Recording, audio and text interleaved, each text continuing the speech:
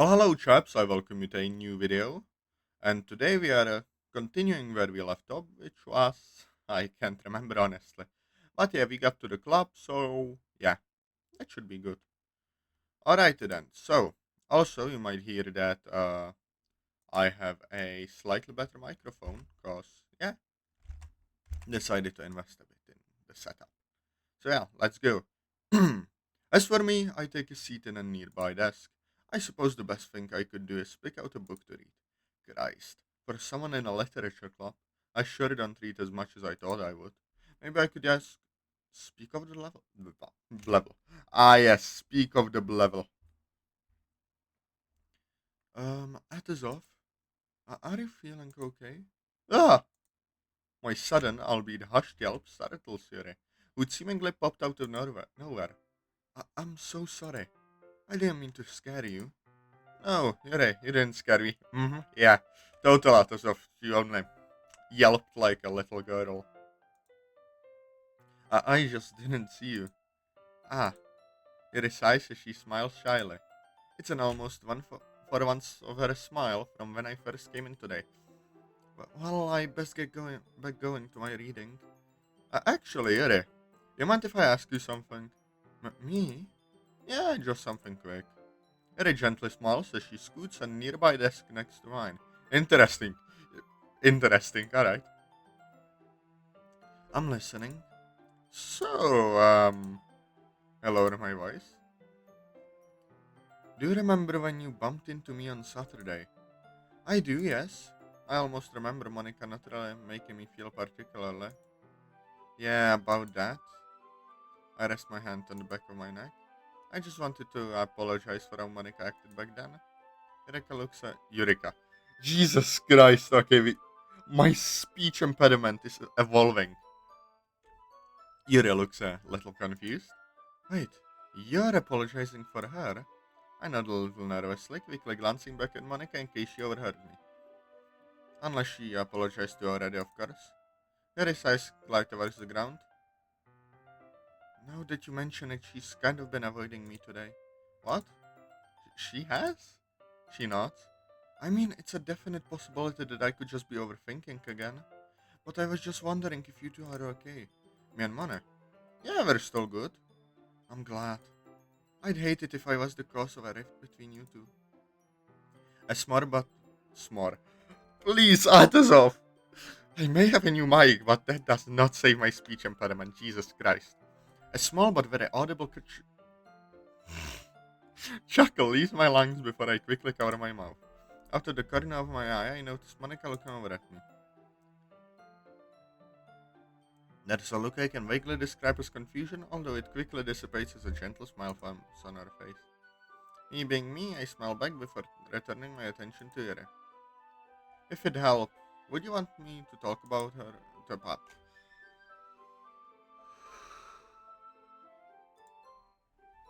Also, as sadly, the noise cancellation just appears to not work. I'll try to fix it in the next episode, but yeah, you might hear me always clicking, so yeah, I'm sorry about that. It's a price I have to pay for clearer access of audio. Oh yeah, and the squeaky chair, Jesus Christ. If it's possible, yes. And maybe after the club's finished today, perhaps? I'll try, don't worry. If it was anyone else, maybe I wouldn't have that much trouble mentioning it now. Emphasis on maybe. Regardless, I know how much Yuri hates confrontation, especially if she's at the center of it. Thank you. It's okay. Just wanna try to clear the air a bit, you know? Well, I appreciate it regardless. Yuri and I end up chatting for a little while longer. Just general catching up on school and stuff she's been reading. Soon enough though, Monika calls out to the club in her trademark style. Oh no, the voice again! Okay everyone, it's time to share poems. And with that, we all start the familiar routine, getting our poems out, going around the club and sharing them. I still find it slightly funny. Something a part of me would have considered torture years back has become etched into my brain as if it was second nature. And honestly, I'm not even mad. It actually feels great to get creative and not have my arse set facing a screen for several hours. Real. The session eventually comes to an end, and we all start picking up for today. Both Natsuki and Yuri leave not long after. After zipping out my bag, I approach Monika. Hey, Atazoth. She greets me with her usual cheery tone. Hey, money, you ready to head home? What is Sarah? I forgot it. Did Sarah fucking disappear? Almost. I just gotta put the rest of this paperwork in my bag. Oh yeah, she exists. Just wait in the corridor with corridor. Just of peace. Corridor with Sarah. I won't be long. I look over to Sarah, who's holding the door open with her arm, gesturing towards the corridor. Come on, lovebirds. My arm's getting tired like this. I give Money a quick kiss on her cheek before moving to join Sarah. The pair of us then move into the corridor to wait.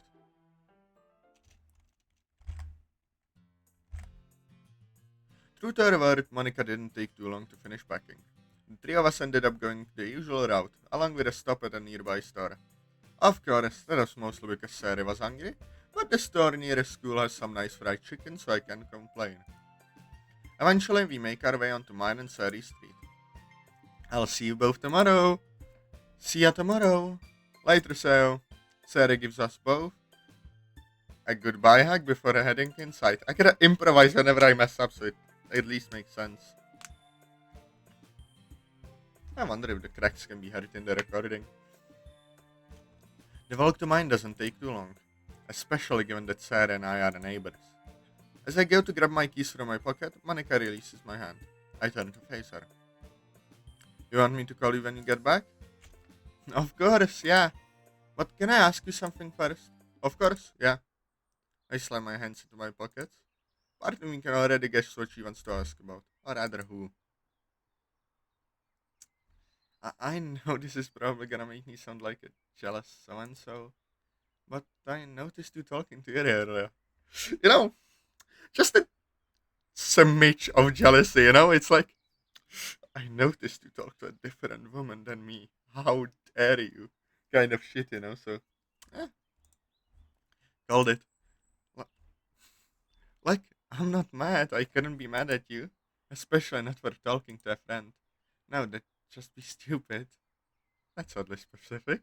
Yeah, no shit. I shake up the weird feeling quickly. Yuri told me you've been ignoring her today. I guess I sigh internally debating how best to phrase what I'm about to say. You're not doing it deliberately, are ya? At that, Monika stunned. For a brief moment, I get a sinking gut feeling in my stomach. A million different outcomes play out in my mind how Monika could potentially respond. No, no. I didn't realize that I was ignoring her. I've just been a little preoccupied with my thoughts today. I guess I was a little worried than I thought. I rest my hands on Monika's shoulder. I forgot a drink! My throat's gonna fucking dry out and soon my voice will die out entirely. Your dad had been bothering you again. She nods regretfully. Given how little I know about her dad, there's only a few things I can imagine him moaning about. Either our relationship, her university prospects, or for no discernible reason at all. Again, with how little I know, it could be one of those or something completely different. With that uncertainty playing on my mind, I decide not to press it. Look, all I'm gonna suggest is talk to Yuri. Just to clear this all up. I suppose you're right. I quickly plant a kiss on Monika's cheese. No. Alright, chaps. Jesus Christ. You know, whichever viewer somehow gets an idea on how to speak, fix my speech impediment, they're gonna get fucking mentioned in every video. Monika's cheek, causing her to look back to me with a smile. You trust me, right? Of course I do, Atazoth. It's just, I've only really known Yuri since she joined the club, and I know she can hold in a lot when something's bothering her. Well, at least that's how she was with her and Natsuki's first major disagreement. You still know her better than I do. If there's anyone that can get through to her, it's you. Gosh, you sound so sure. She tries to regain some of her confidence, though her nerves still peek through. I entwine my fingers from Monika's and her eyes look back into mine. That's because I am sure. I believe in you, you know? She tightens her grip on my hand. I know, hon. Just another reason why I love you so much. Fucking wrong voice.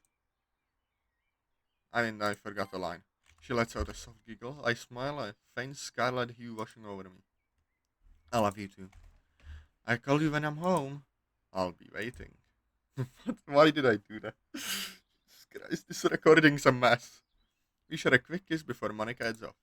I then turn to my door, and after finally unlocking it, I head back inside. I end up heading straight to my bedroom. The sooner I get out of this stuffy uniform, the better. I decide to just play some games whilst I wait for Monika. Of course, that wait doesn't last too long. So, morning? Yeah. The light from the early morning sun almost blinds me as I reluctantly rise from my bed. I yawn, partially hoping to nod off back to sleep again. I gotta scratch my head. The thing is, this mic picks up like everything for some reason, because the noise cancellation just bugged out. I hope you cannot hear outside noise. Well, we'll see. Even if I did manage to somehow get back to sleep, I wouldn't be able to get back to that dream I was having. It's a shame. It was a really nice dream though. I don't know if I can... Imagine that my left eye is actually like the rock pose, you know? Not winking. Or, wait, I could do... Nice dream, yeah? Yeah. I wonder what it was about. Soon after forcing myself out of bed and my mind out of the gutter, yeah, knew it, I end up getting into the normal routine. Shower, get dressed, breakfast. It's formal like as fuck, but easy to keep track of. My ear is itching, fuck! As I'm finishing up breakfast, there is a knock at the door. It's open! I call out towards the front door, only being answered by the sound of the door opening. Footsteps then come closer to the kitchen, soon followed by a voice. Morning, Atazoth! I place my bowl in the sink before turning around. Oh no. Why does she look like that? Morning, Q2. Sorry, beams, as do I. But something about Monika seems off. The only thing that comes to mind is that she seems to be spacing out. Monika? No response. I step a little closer. Mona? Still nothing. Hello? Earth the future Miss Takeuchi. What, that's my last name? Takeuchi? My cheeks go a little red, hearing Sarah referring to Monika by my last name. Huh? Monika seems to finally return to Earth. Of course, that snaps her back. Thankfully, Sarah didn't have to resort to tapping her fingers on her head. Oh, morning, Atazoth. Sorry, I just spaced out for a second. A second? You were out cold, basically. Jesus. I figured. Then again, knowing there has been times where she napped at school, maybe spacing out isn't too unrealistic for her. I walk towards her and rest my hand on her arm. Hey, you don't have to apologize. I still do it most of the time. As does Sarah. Monika chuckles slightly as Sarah scowls at me. You're worse for it, Atazoth. I smirk, seeing a way I can turn the situation back in my favor. Am I though so? Sarah pouts and playfully mimics my voice. Am I though so? Oh my god. You bet are hysterical. Come on, you two. Let's get going before we're late. You lead the way. Monika takes my hand as the three of us start filing out the house. I love the DDLC soundtrack. It's ingrained into my mind at this point. It doesn't take us that long to get to the school gates. I swear, when we think we're gonna be late, we subconsciously walk a bit faster. No, like many other things, that's probably just me. No clock hands on the clock, Zam. A thought then crosses my mind. Hey, just a question. Both girls look at me, awaiting my question. What have you two got today? I mean, I've got a council meeting today. And we've got that English exam before lunch. Wait, we? I clasp my hand over my mouth, utterly embarrassed. I can't believe I forgot. Well, in all fairness, I can't believe it because me. I'm guessing you haven't revised that much. Fuck, she's right. But I can save myself, can't I? Well, actually, And I've got no comeback. Fucking sound. Oh gosh, looks like you got your hands full, money. Sadie says that in an almost sing-song tone. I feel my cheeks flare up yet again. Oh, if only I had a hundred yen for every time that's happened recently. Don't worry, Sadie. I think I can handle him. Monika's gentle smile helps to ease my embarrassment.